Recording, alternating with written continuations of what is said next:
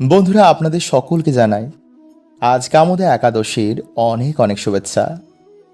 বন্ধুরা, আগামীকাল সোমবার অত্যন্তই শুভ দিন, কারণ কাল হচ্ছে এই মার্চ মাসের শেষ সোমবার এবং এই চৈত্র মাসের প্রথম কামোদা একাদশীর পারণ। তাই কখন আপনারা কাল পালন করবেন, এছাড়া কালকের দিনে এই খাবারটি কিন্তু বন্ধুরা আপনারা কাল অবশ্যই খাবেন। এতে এপ্রিল মাসে আপনাদের পরিবারের সন্তানের সবার মঙ্গল হবে।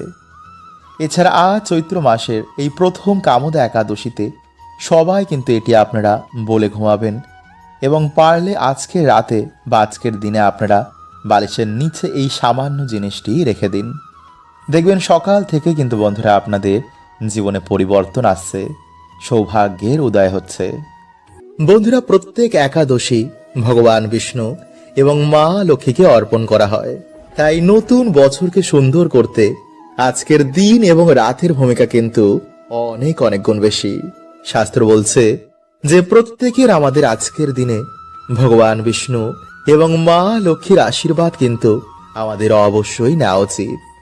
তাই আজকের দিনে যারা বন্ধুরা আপনারা একাদশী পালন করেছেন বা যারা করতে পারেননি, তারা অবশ্যই কিন্তু আজকের রাতে এটি বলে ঘুমান বা এই জিনিসটি আপনারা আজকের রাতে অবশ্যই সাথে নিয়ে ঘুমান এবং ভক্তি মনে আজকের দিনে আপনারা অবশ্যই এই রাধা কৃষ্ণ নামের মহিমা একটিবার শ্রবণ করুন।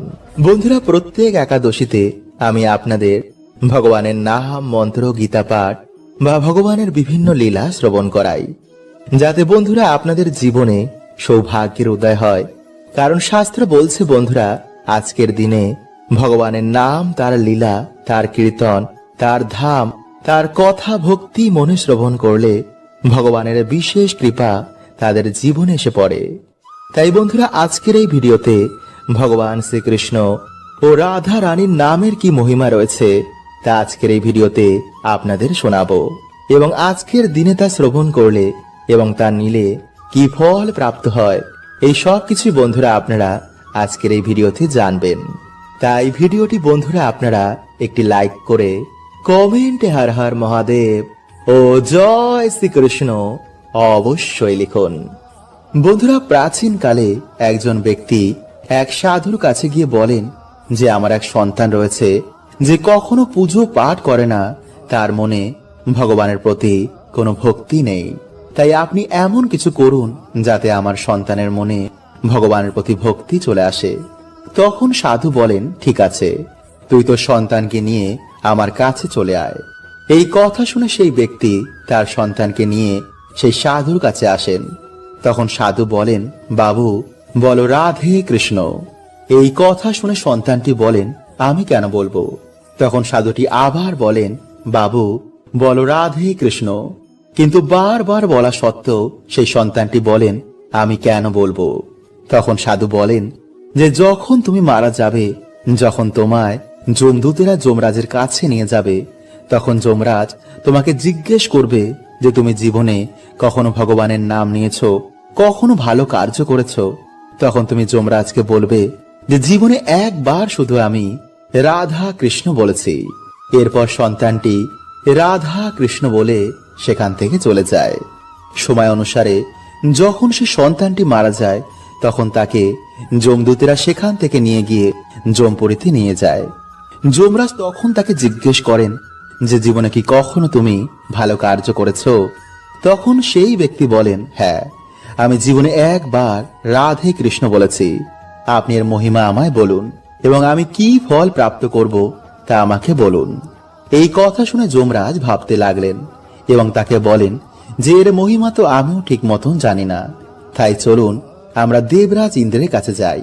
তখন সেই ব্যক্তি বলেন, ঠিক আছে, কিন্তু আমি এইভাবে যাব না, আপনি পালকি ডাকুন, আমি পালকি করে যাব। তখন যমরাজ বাধ্য হয়ে পালকি ডাকেন, কিন্তু সেই ব্যক্তি বলেন যে যমরাজজি, আপনি সামনের জনকে সরিয়ে সেই জায়গায় আপনি দাঁড়িয়ে পড়ুন। এরপর সবাই মিলে ইন্দ্রের সভায় যায়। সেখানে গিয়ে একবার রাধে কৃষ্ণ বলার মহিমা জানতে চায়, কিন্তু ইন্দ্র বলেন যে এর মাহাত্ম্য তো আমিও বলতে পারবো না, তাই চলুন আমরা ব্রহ্মাজির কাছে যাই। তখন সেই ব্যক্তি বলেন, ঠিক আছে, কিন্তু আপনিও যমরাজের মতন আমার সামনের পালকিটিকে ধরুন। এরপর সবাই মিলে তারা ব্রহ্মাজির সভায় যায়। এই দেখে ব্রহ্মাজি ভাবতে লাগলেন যে এমন কোন ব্যক্তি আসছেন যার পালকির পাল স্বয়ং যমরাজ এবং ইন্দ্রদেব ধরেছেন। তখন যমরাজ বলেন যে একবার রাধে কৃষ্ণ বলার কি মহিমা প্রভু আপনি আমাদের বলুন। তখন ব্রহ্মাজি বলেন যে এর মহিমা তো আমিও বলতে পারবো না, তাই আমরা চলুন ভগবান শিবের কাছে যাই। তখন সেই ব্যক্তি বলেন ঠিক আছে, কিন্তু আপনি এই তৃতীয় ব্যক্তির জায়গায় পালকির পালটি ধরুন। এই কথা শুনে ব্রহ্মাজি, যমরাজজি এবং ইন্দ্রদেব তার পালকির পাল ধরে ভগবান শিবের কাছে যায়। তখন ভগবান শিবকে তারা গিয়ে বলেন যে একবার রাধা কৃষ্ণ বলার কি মহিমা প্রভু আমাদের বলুন। এই কথা শুনে মহাদেব বলেন যে এর মহিমা তো আমিও বলতে পারবো না, কিন্তু ভগবান বিষ্ণু এর মহিমা বলতে পারেন। তখন সেই ব্যক্তি বলেন ঠিক আছে, তাহলে আপনিও কিন্তু এই পালকির পালটি ধরুন। এই কথা শুনে তারা চারজনে সেই ব্যক্তির পালকির পাল ধরে ভগবান বিষ্ণুর বৈকুণ্ঠ ধামে যান এবং ভগবান বিষ্ণুকে তারা জিজ্ঞেস করেন যে একবার রাধা কৃষ্ণ নামের কি মহিমা। তখন ভগবান বিষ্ণু বলেন যে যে ব্যক্তিকে স্বয়ং যমরাজ, ইন্দ্রদেব, ভগবান ব্রহ্মাজি এবং ভগবান মহাদেব ধারণ করেছে, এর থেকে বড় মাহাত্ম্য আর কি হবে। তাই এই ব্যক্তি আমার ধামে আমার কোলে বসার যোগ্য হয়ে গেছে। ভগবান শ্রীকৃষ্ণ বলেন যে যে ব্যক্তি একবার মুখ থেকে রাধা নাম বলে আমি তার সমস্ত পাপ নাশ করে দিই এবং আমি সব কিছু ছেড়ে তার দিকে ছুটে আসি এবং তার মনোবাসনা আমি অবশ্যই পূর্ণ করে দিই। তাই বন্ধুরা একবার আমার সাথে বলুন রাধে কৃষ্ণ রাধে কৃষ্ণ, কৃষ্ণ কৃষ্ণ রাধে রাধে, রাধে শ্যাম রাধে শ্যাম, শ্যাম শ্যাম রাধে রাধে। বন্ধুরা আজ আপনি যদি সময় বার করে এই মন্ত্র জপ করতে পারেন তো অবশ্যই কিন্তু বন্ধুরা আপনি এর ফল পাবেনই। বন্ধুরা আজকের এই দিন ভগবান বিষ্ণুকে অর্পণ করা হয়। ভগবান বিষ্ণুর ধাম হলো বৈকুণ্ঠ ধাম। মানা হয় একাদশী পালন করলে জন্ম জন্মের পাপের নাশ হয় আর সে সোজা মৃত্যুর পর বৈকুণ্ঠ লোকে গমন করে। কিন্তু যারা আজ এটি বলেও শোবে তারাও কিন্তু বন্ধুরা একই ফল প্রাপ্ত করবে। হ্যাঁ বন্ধুরা, তাই অবশ্যই কিন্তু বন্ধুরা আজ রাতে এটি বলে শোবেন। আর এরকম আরো ভিডিও পেতে আমাদের চ্যানেলটি সাবস্ক্রাইব করে পাশের বেল আইকনটি অল করে রাখুন আর কমেন্টে লিখুন হর হর মহাদেব ও জয় শ্রীকৃষ্ণ। বন্ধুরা স্কন্দ পুরাণে অনুসার এই একাদশীর সম্বন্ধে নারদজি স্বয়ং ব্রহ্মাজিকে জিজ্ঞেস করেন। আর ব্রহ্মাজির অনুসার এই দিন যে ভগবান বিষ্ণুর পুজো আরাধনা করে সে অবশ্যই মৃত্যুর পর বৈকুণ্ঠ লোক গমন করে। তার জীবনের সমস্ত পাপের নাশ হয়ে যায়, ফলে তার মনের বাসনাও এতে পূর্ণ হয়ে যায়। জীবনে যে কারণে সমস্যা হচ্ছিল তাও ভগবানের কৃপায় দূর হয়ে যায়। তাই বন্ধুরা আপনাদের ব্যস্ততার মধ্যে অবশ্যই আজ রাতে কিন্তু এটি বলে শোবেন। এতে আপনার জীবনে থাকা সকল সমস্যা প্রভু হরণ করে নেবেন, ফলে আপনার জীবনে আসবে অফুরন্ত সুখ ও শান্তি। বন্ধুরা প্রত্যেক দিনই আমরা ভগবানের পুজো আরাধনা করি, কিন্তু বিশেষ দিনে যদি আমরা ভগবানের পুজো আরাধনা করতে পারি, ভগবানের কাছে ভক্তি ভরে কিছু চাইতে পারি, তো অবশ্যই কিন্তু বন্ধুরা সেটি পূর্ণ হয়। কিন্তু কিভাবে তা করতে হয় তা বেশিরভাগ মানুষই জানেন না। তাই চলুন বন্ধুরা এবার আমরা জেনে নিই যে কিভাবে আজকে রাতে আপনারা ভগবানকে খুশি করবেন, যাতে আপনার মনের বাসনা প্রভু পূর্ণ করে দেন।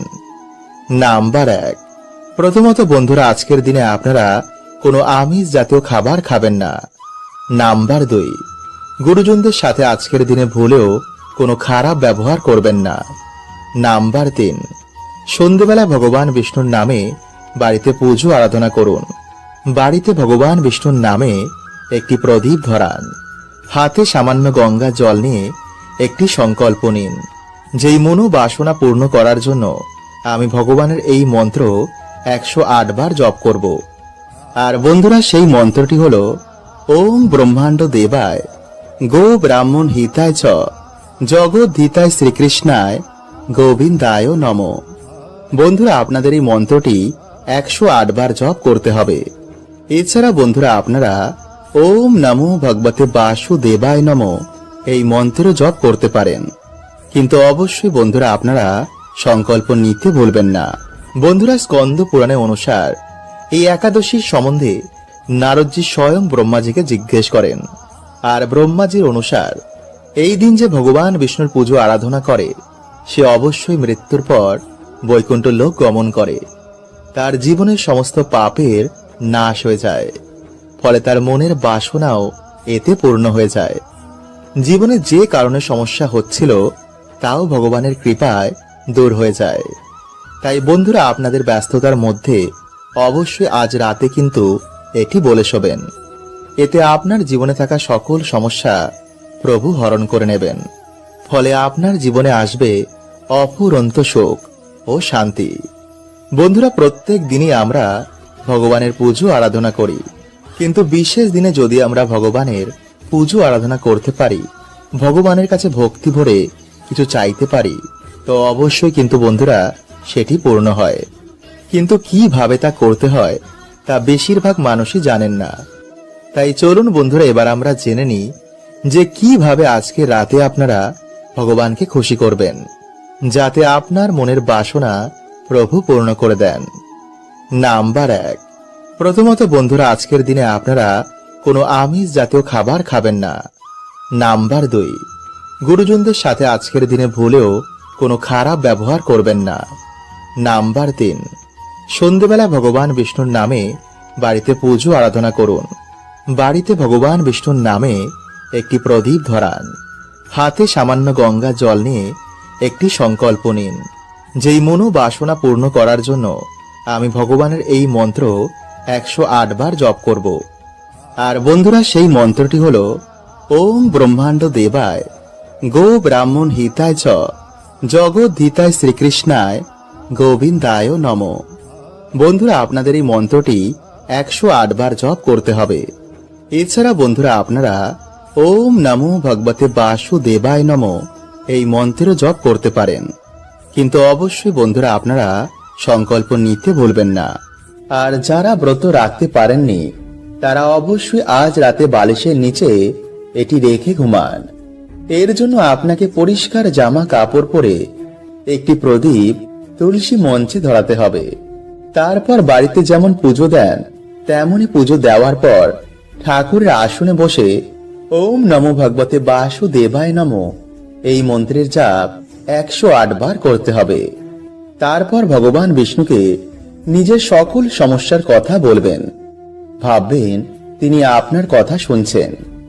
রাত্রে নিরামিষ আহার গ্রহণ করে হরে কৃষ্ণ মন্ত্র জাপ করার পর 4টি তুলসী পাতা নিজের কপালে ছুঁয়ে ভগবান বিষ্ণুকে স্মরণ করে বালিশের নিচে রেখে দেবেন। কারণ ভগবান বিষ্ণু মাতা তুলসীকে বলেছিলেন, যেখানে তুলসী থাকবে সেখানে আমি সর্বদাই বাস করব। এছাড়া তুলসী মায়ের প্রভাবে আপনার জীবন থেকে সমস্ত বাধা বিপত্তি অনায়াসেই দূর হবে। সকালবেলা আপনি সেই তুলসী পাতা কোনো জলাশয়ে বা নির্জন স্থানে ফেলে দেবেন। যা এবছর বন্ধুরা 2026 সালে আজ 28শে মার্চ শনিবার সকাল 8টা 45 থেকে কাল 29শে মার্চ রবিবার সকাল 7টা 46 পর্যন্ত চলবে নববর্ষের আগের এই চৈত্র মাসের প্রথম কামোদা একাদশী। ফলে উদয়াতিথি অনুসারে আগামীকাল 29শে মার্চ 14ই চৈত্র রবিবার দিন ব্রহ্মমুহূর্ত পাওয়ার জন্য আগামীকাল রবিবারই পালিত হবে 2026 সালের কামোদা একাদশী। এবং পারণে শুভ সময় হচ্ছে পরের দিন 30শে মার্চ 15ই চৈত্র সোমবার দিন সকাল 5টা 31 থেকে সকাল 7টা 9 পর্যন্ত। এবং এই দিনে দ্বাদশী সমাপ্ত হচ্ছে সকাল 7টা 9। ওম নমঃ শিবায়, ওম নমঃ শিবায়, ওম নমঃ শিবায়। বন্ধুরা এই পবিত্র মাসে আপনারা একবার হলো স্মরণ করুন ভগবান শিবের এই অচূক মন্ত্র, যাকে শিব গায়ত্রী মন্ত্র বলা হয়।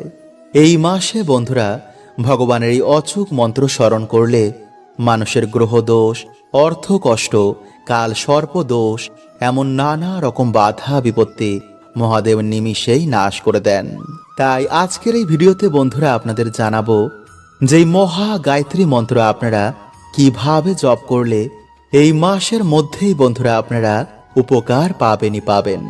তাই ভিডিওটি বন্ধুরা আপনারা কিন্তু পুরো দেখতে ভুলবেন না, এবং ভিডিওটি একটি লাইক করে কমেন্টে আপনারা বলুন হর হর মহাদেব ও জয় শ্রীকৃষ্ণ।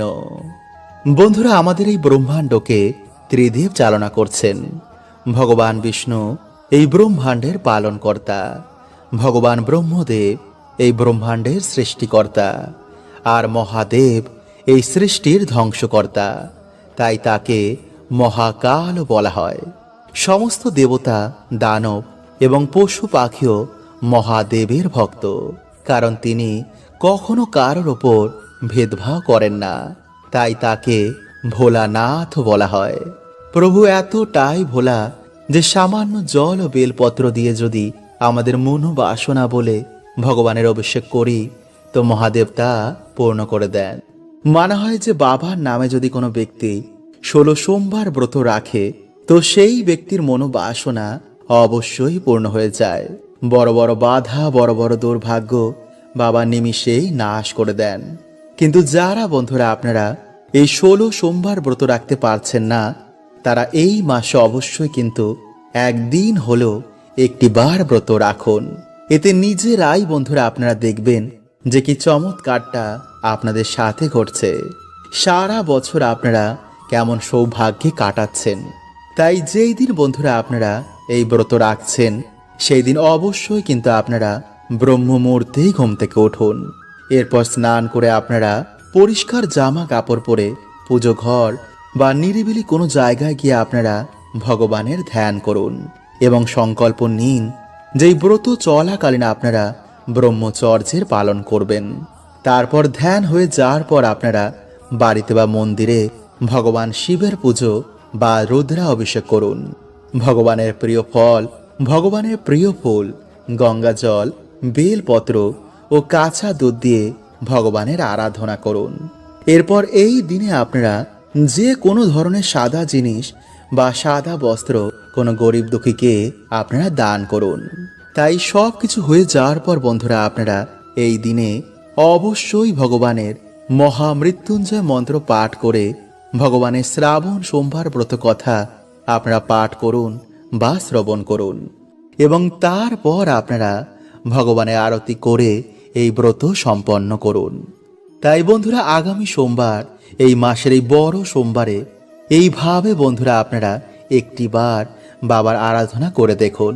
দেখবেন যে বাবা এতটাই ভোলা যে আপনাদের মনোবাসনা বাবা অবশ্যই পূর্ণ করে দেবে।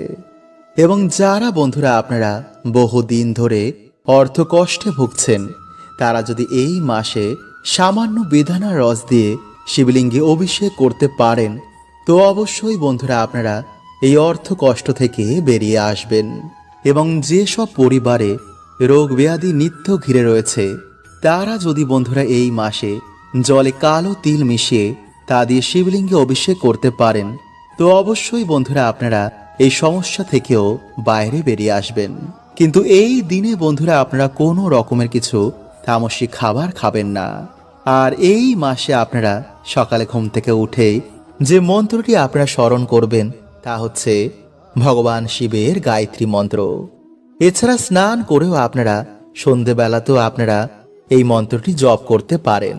এতে 7 দিনের মধ্যেই বন্ধুরা আপনারা উপকার পাবেনই পাবেন। আর তা হচ্ছে ওম তৎপুরুষায় বিদ্মহে মহাদেবায় ধীমহি তন্নো রুদ্র প্রচোদয়াৎ। বন্ধুরা এই দিন যদি আপনারা ব্রত রাখতে পারেন তবে তো খুবই ভালো। তাই আপনারা এই দিনে রাতের বেলায় ভগবান মহাদেবের নাম নিয়ে আতপ চাল, মুগ ডাল, আলু, ঘি এছাড়া বিভিন্ন রকম সবজি দিয়ে আপনারা একটি ভগবানের ভোগের মতন প্রসাদ রান্না করবেন, এবং সেই প্রসাদটি আপনারা তামা অথবা পিতলের পাত্রে রান্না করবেন, এবং তারপর সেই প্রসাদ আপনারা ভগবান শিবকে স্মরণ করে মা অন্নপূর্ণাকে প্রণাম করে তারপর সকলে মিলে গ্রহণ করুন। কিন্তু ভুলেও বন্ধুরা আপনারা এই দিনে মদ, মাংস, পেঁয়াজ, রসুন মানে কোনো রকমের আমিষ জাতীয় খাবার একদমই খাবেন না, যদি আপনারা এই দিন ব্রতের ফল পেতে চান। এছাড়া বন্ধুরা আপনারা এই দিন সামান্য হলেও শ্রীফল, মানে যাকে আপনার নারকেল বলেন, তা গ্রহণ করুন। এতে বন্ধুরা মানুষের আর্থিক ভাগ্য খুলে যায়।